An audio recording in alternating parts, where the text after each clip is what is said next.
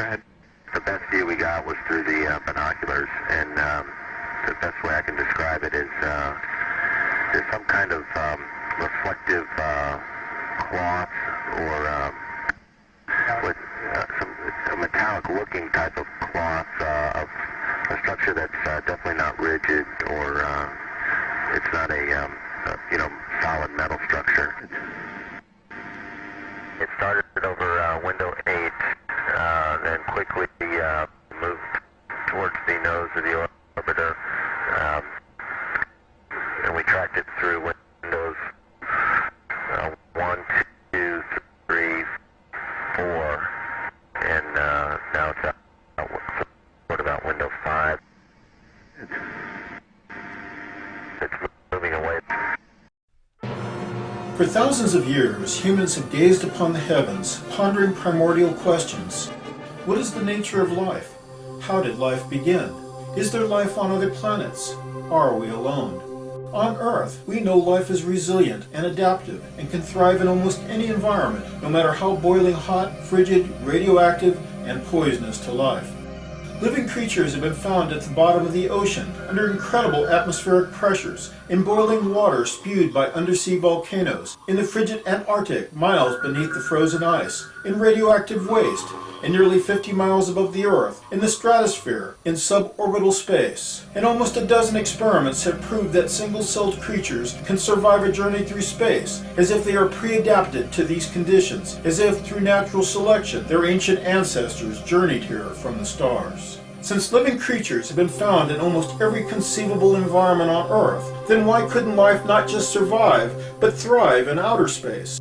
Perhaps because the so-called experts have told us it's impossible, humans have failed to recognize evidence of extraterrestrial extremophiles, of biological UFOs, even when the evidence has been filmed by NASA and is right before our eyes.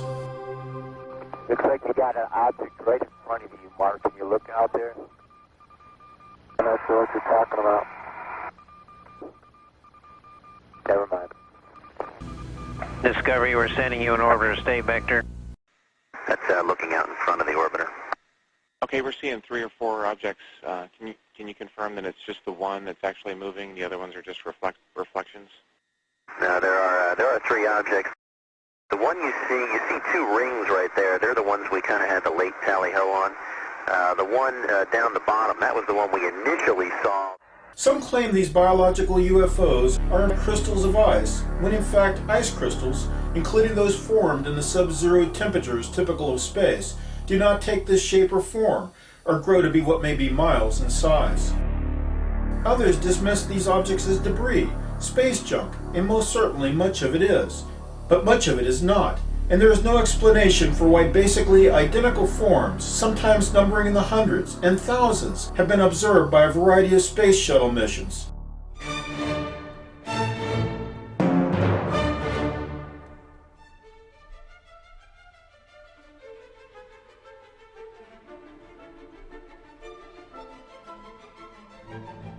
And it is impossible to believe that space junk would show purposeful behavior, including sudden shifts in speed and direction of movement.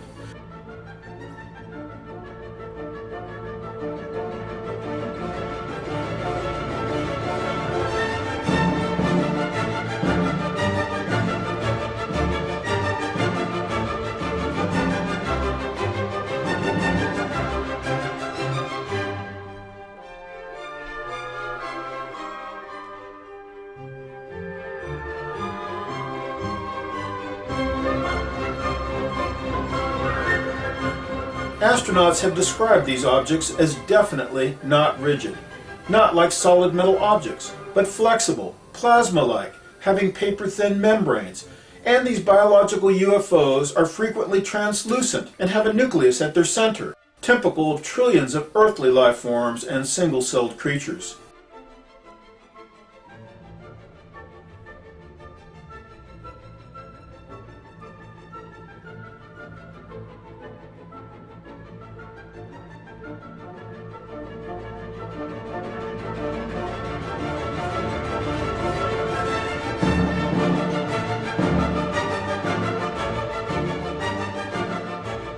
In fact, although gigantic in size, many are similar in shape and behavior to algae, cyanobacteria, and a species known as Eudorina elegans. The biological morphology and behavior of these biological UFOs is typified by this sequence, where multiple biological UFOs swarm toward and congregate around a satellite released into orbit by NASA. Bravo, we had the camera Bravo constantly on the tether. Unfortunately, we don't see the tip of the boom, but in a few seconds you'll see the tether break. And this one, of course, was not attended, it just recorded. It could not be bumped either, so it will record steadily the whole break and coil back of the tether. Copy, Claude.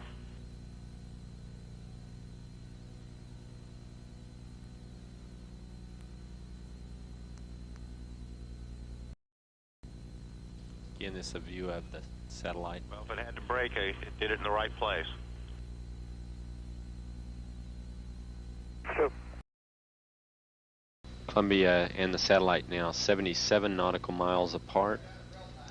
Again, that call reporting that the crew can see the tether and see the satellite, that it's beautiful.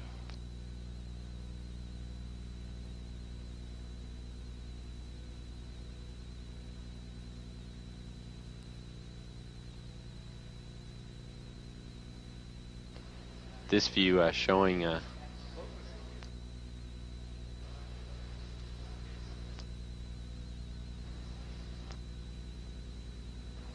satellite. Again, just moving into sunrise. 81 nautical miles now from Columbia.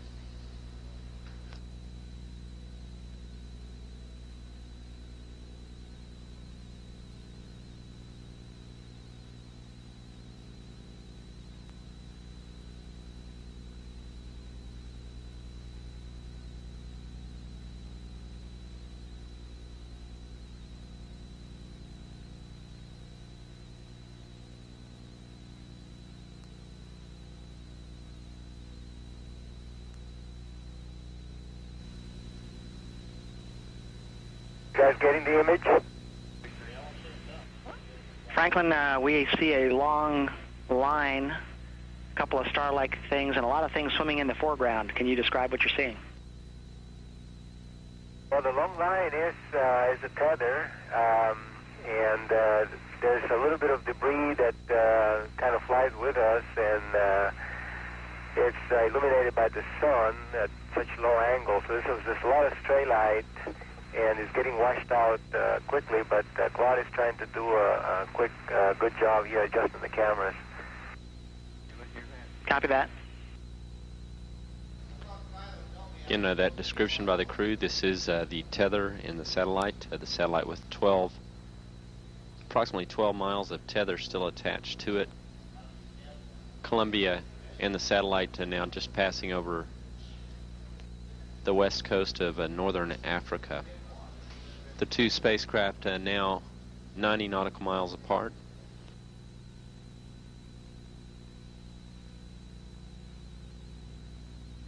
Controllers for the satellite did have communications with it during the close pass between Columbia and the satellite.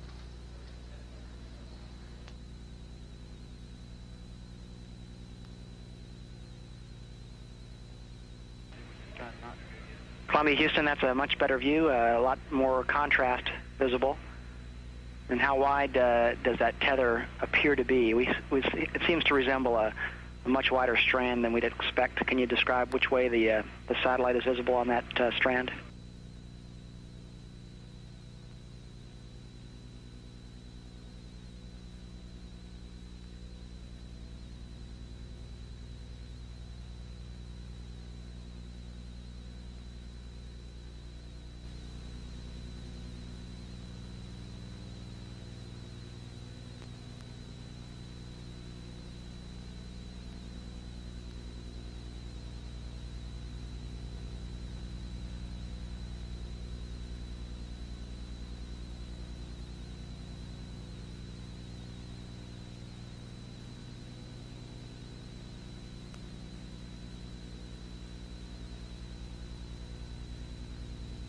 Satellite now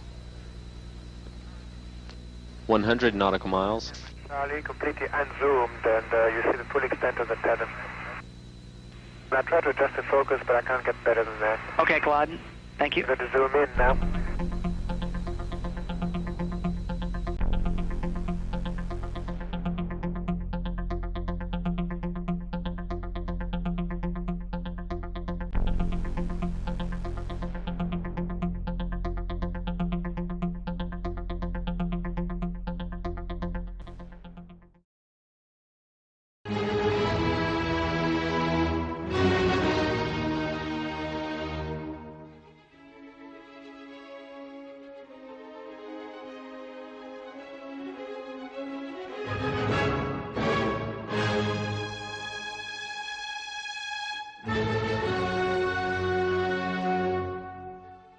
In the last 30 years, life has been discovered in every conceivable place on Earth, in every conceivable environment, even though the so-called experts claimed it was impossible.